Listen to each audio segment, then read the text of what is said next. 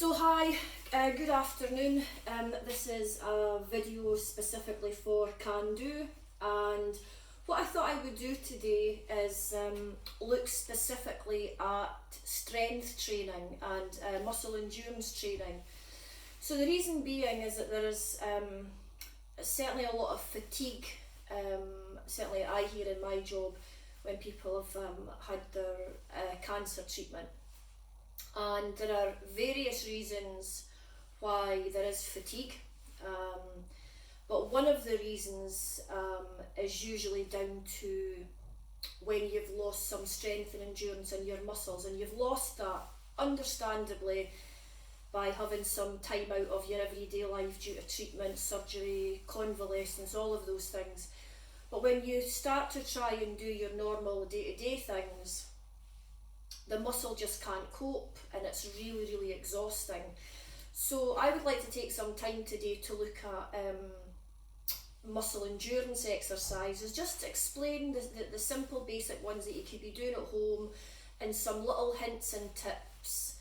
And it is also Posture Month. May is World Posture Month, and I'm going to give you some tips about posture and then try and put it into context. Okay, so what would be handy is if, I'm just going to jump out the shot here for a minute, but if you had either some cups or tins or something to use as weights, or if you do have some hand weights kicking about the house, then please feel free to use these. Okay, so what we'll do is we'll do a quick warm up, and then we'll just get started. Okay, so just nice and easy on the heels, and then just shrug the shoulders.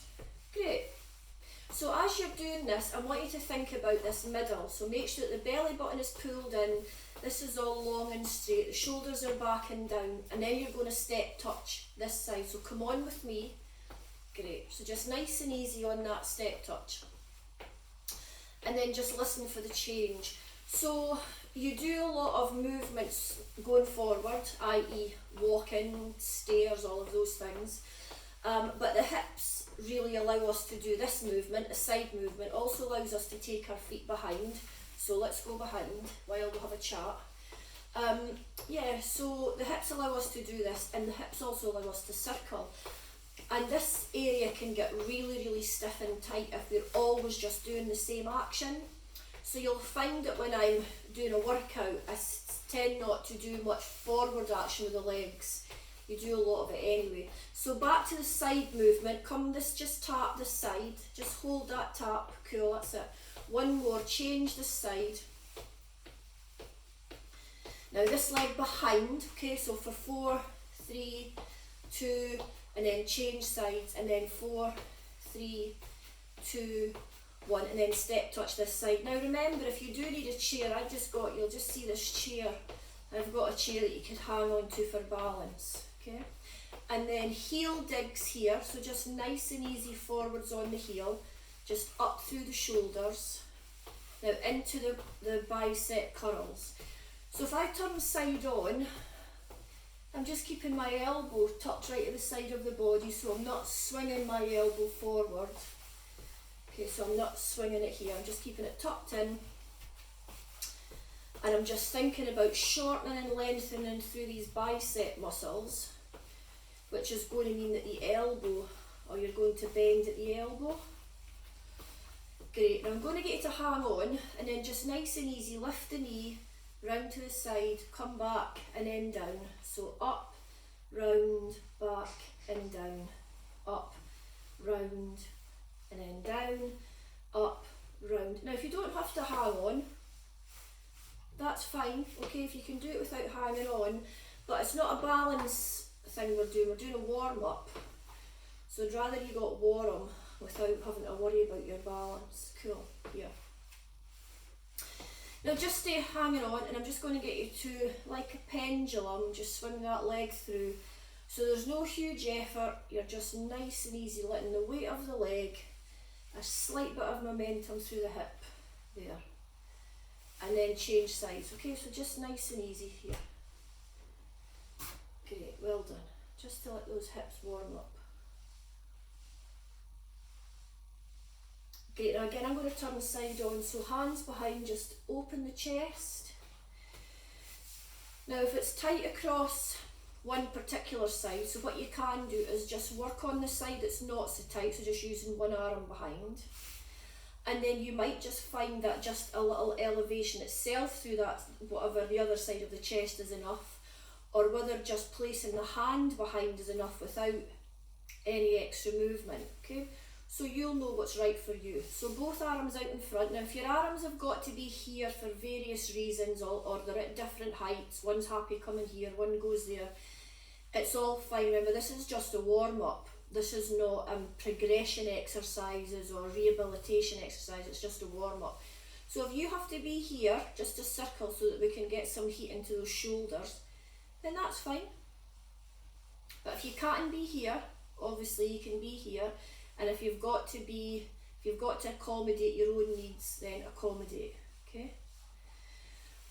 Okay, so the first exercise that I would look at doing would be, we're going to take the small weight, so let me just get my matching pair, okay? So again, you could have tins, I've got cups here, you could have hand weights, and you might even decide that no weight, you're going to do this with no weight. So if I turn side on, you tuck that elbow in, and then you're going to curl up. And what you're trying to do is you're trying to get this bicep to work. So if you're following along with me just now, and if you keep doing it, I'm going to put one down just so that I can explain. So you're trying to get this bicep to shorten and lengthen here. Okay, so keep going if you're doing doubles, and then stop, just have a little rest. So you're trying to get this bicep to work. So what you can do, so say for example, if you think about what you would be doing when you would be doing this movement, anything that's functional. So what I would suggest, so say you were,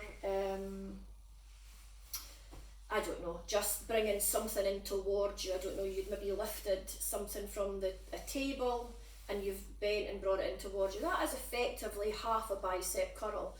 So what you may want to do is, if you feel that doing say 10 or 12 or 15 of these repetitions is far too many, when you're doing some things around the house, you can start to do more than one. So what I mean by that is, if you've done your thing, put it down, and then if you can remember, just do a couple of extra. Now it does take a little bit of time, but that's fine.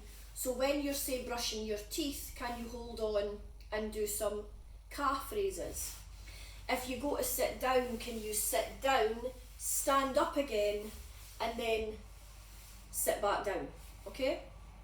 So I would be suggesting lots of things like this to people that I meet that are going through various or having experience in various side effects of their treatment, and believe it or not, that for some people is what they need at the time and what they can handle. So moving on to something that is a bit more focused and specific. So if you've done a set of bicep curls, you would have about a 45-second rest or a minute's rest, and then you would try that again. Now the reason that you need the rest is it allows the muscle to recover. And say you did 12 repetitions and you rested for a minute, if you're finding that by the time you're getting to 6 or 7 repetitions on your next set, if you're finding that you're already tired, you're needing to have longer than the minute's rest. So I hope that's clear. So let's just do another set just so that you're clear. Okay, so that would be 12, 11, good, 10. Now if you keep doing this and then you're trying to work on that posture, so the belly button is pulled in and you're trying to have the head lifted, you're trying to have the chest lifted and the shoulders back. 2, 1, fantastic. So if you felt that this was enough weight for you, then use it. If not, you can use, as I've got some weights, or you can use something heavy around the house. Okay, so the next muscle group that we're going to work on are the shoulders, and specifically the middle shoulder muscle. And this looks a bit like this. So essentially you would be coming out to the side. Now, if coming out to the side for some people is a challenge, there's a good chance that it's not a challenge on both sides. Now there are some reasons why it would be, and if that pertains to you, then I'll come on to that in a minute. So what I'm going to ask that you do, so if this is okay, if you can do one side where the arm comes in line with the shoulder, but you're still working on the chest, so that's us on 6, good, up on 7, up on 8, up on 9, up on 10. Now let's just say the other side is only happy coming here. Well, that's where you would take the weight, okay? If you can, or that's where you would take that range of movement. If you can take it all the way up, then that's fine. But remember, if one side of the body needs to stop at any of these angles, then that's what you do. 8, 9, and 10. Okay, and then you would have a little rest. So just think about that if you've got a particular challenge, for example, through one side of the body. So we're going to do some conditioning exercises for the lower leg, and then what we'll do is we'll add those little exercises together so that it's a little workout. So I'm stopping just now, I'm doing some explaining that allows you to cool down and relax. The thing about doing a little workout is that you're wanting to keep the pressure on. Even though the movements may be limited, you're wanting to still put a little bit of effort onto that body in order to get some recovery and in time reduce the fatigue. So you're standing holding on to one leg. You're going to use whatever leg you're going to start with, but let me demonstrate. So you're coming up, up, in, and in. So make sure this is nice and tight and this is all lifted, so hang on. So it's up, up, in, well done. So up, in, cool, up, in, up, in. Now one more for good luck, up, in. Now change sides, so you're coming up for 2 and we're doing 6 reps. So you're going to feel this on the supporting leg, which is this leg on me, and I certainly feel it on my buttock because it's having to do a lot of work to keep me steady. Now we're going into the calves. So the calves are these muscles here just above the ankle and below the knee. So if I turn side on, just to let you see, so you're coming up onto the balls of the feet here. So try not to rock back here, okay? As soon as the calves land, cool, so 3, 2, 1, and then relax there. So we're going to leave the lower body for a bit and we're going to do something for the upper body, and this will require your chair. So let me just tidy up my chair. Right, now so if I bring the chair in so you can see, okay. Okay. In fact, I'm going to turn it side on actually because I want you to see this. So you'd be sitting on your chair at the edge, have all this nice and tight. Now you may want to put a cushion here between you, but this part of your back very soon is going to be in contact with the chair and therefore getting supported. Make sure this is all nice and tight, okay? So you can decide without any weights, you're going to push up at 45 degrees with no weights, okay? And remember, you may have one arm that can fully extend, and you may have one arm that's needing a bit more love, care and attention, and that's all fine, okay? However, the exercise looks like this. So you've got your weights, the elbows are pointing down, and you're going to push up at 45 degrees. But remember, take in your own considerations, because on the way back here, you are going to be essentially stretching across the chest, and if that is a shock, then that's normal, but it's great to start to get the body moving in movements that they are designed to do. So what you can do, if all of that is a consideration, if you just come out halfway up and then just begin to bring the elbow back, you're going to limit the amount of stretch you feel at the chest. Now, if you are post 12 weeks, surgery, you would be looking, it would be favourable to start trying to increase, if anything, the range of movement, so how far you can move. But you may want your first few weeks to not have any weights, and that's all fine. But if I use the weight, so if you can be here, you're pushing up, bringing the elbows back, and you're going to be looking at doing 10 repetitions, and then you would have about a minute and a half's rest, and then you would repeat. And remember what I said before, if you get to say 3, 4, 5 on the second set and you're feeling really tired, then the next time you do your exercises, have a longer rest time in between, and the improvement will soon show when you don't need to have that long rest. So that would be you working into your chest. So the last exercise for today is going to be these legs, huge leg muscles, responsible for so much, okay? And I'm just going to keep my chair in this position, and you can use your weights for this, and you can also not use your weights. So you would come to the edge of the seat, feet flat, and I'm going to ask that you push up, then bring the pelvis through to finish it, and then you're going to push back, and then sit back down. So this is effectively what we call a sit to stand, okay, here. Now, the next one, if you need to sit, that's fine, but if I squat down so I'm not touching or I'm not resting, this is me doing a squat, and it's good to keep the chair there, certainly for safety. If you just feel that balance may be an issue, because if it all goes wrong, see that, you can have a little seat, okay? So that's your squat. So what I'm going to wait to do just now is we're going to wait to do all those exercises as a little workout, okay? Now you can take a little rest just now, that's fine, or you can do this little workout with me, okay? So we're going to do one set of each with these weights, okay?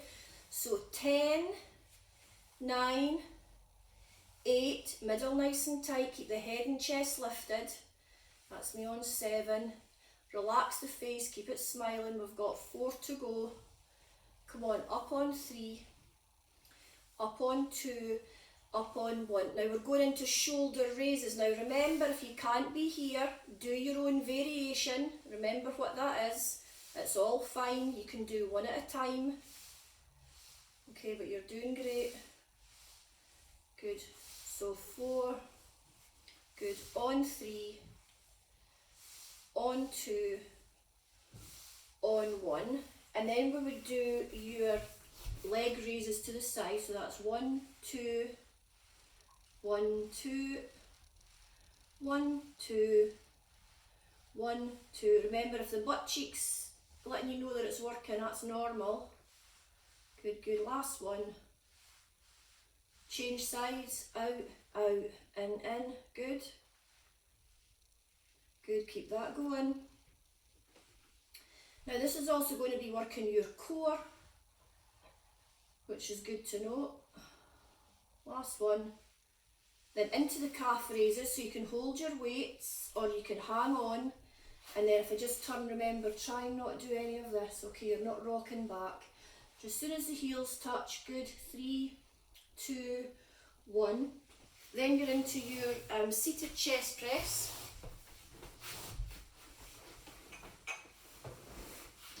And then remember, if you need to make your own special adjustments, okay, so you'd be pushing up, 1, 2, 3, 4, 5, 6, and then now you're sit to stands, okay, so you can choose the sit to stand or you can squat with me, okay, or you can have a seat or squat, so that's the sitting position, okay, so you can just squat back, just squat back, and then just squat back. Fantastic. So just get rid of here. So you'll hopefully notice that if you did do all those exercises back to back, then you probably would have felt a little bit of heat, maybe even a little bit of breathlessness. It is perfectly normal.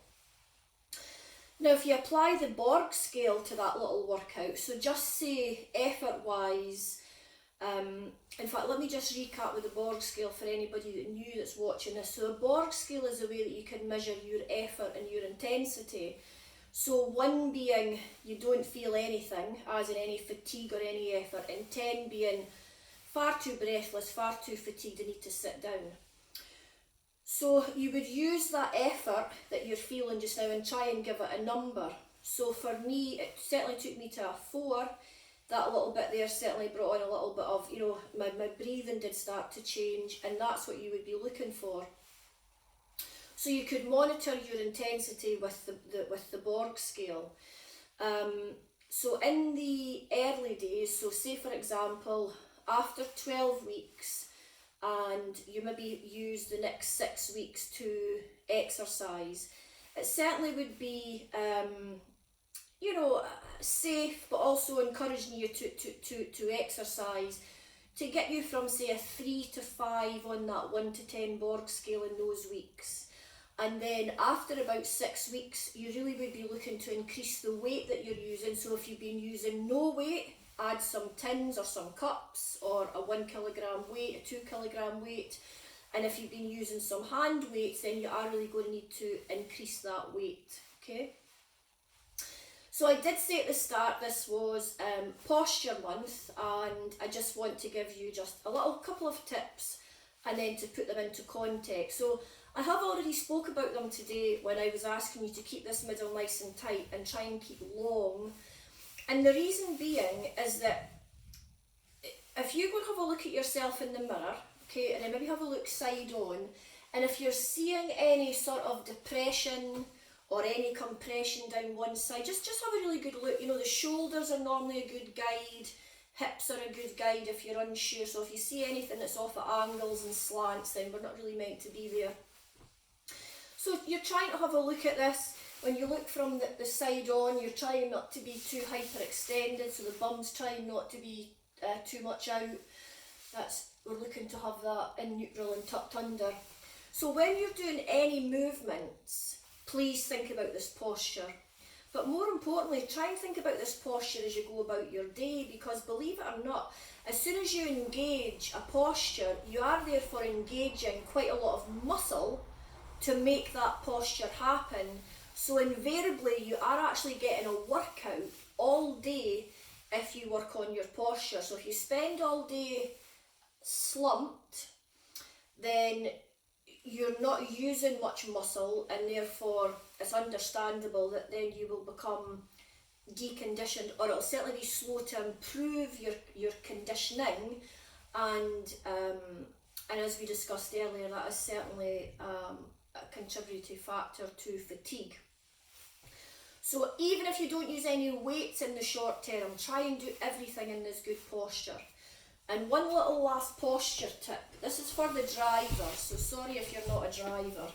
So what I'm going to ask that you do is that when you get into your seat in the car, get the low back into your seat, pull in here, so no elevation, just belly button back to the spine. Think about lengthening, nice and tall, and then I want you to adjust your mirror in this tall, erect position. Adjust the mirror, okay? Now what you may find is that at some points in the journey, because your postures begin to go, you can't see in the mirror. Please don't adjust the mirror, allow that to sit you back up and sit you straight. Okay, so thank you very much for today. I hope you've got something out of this, and I'll see you all again next week. Bye. Bye, bye, bye, bye, bye.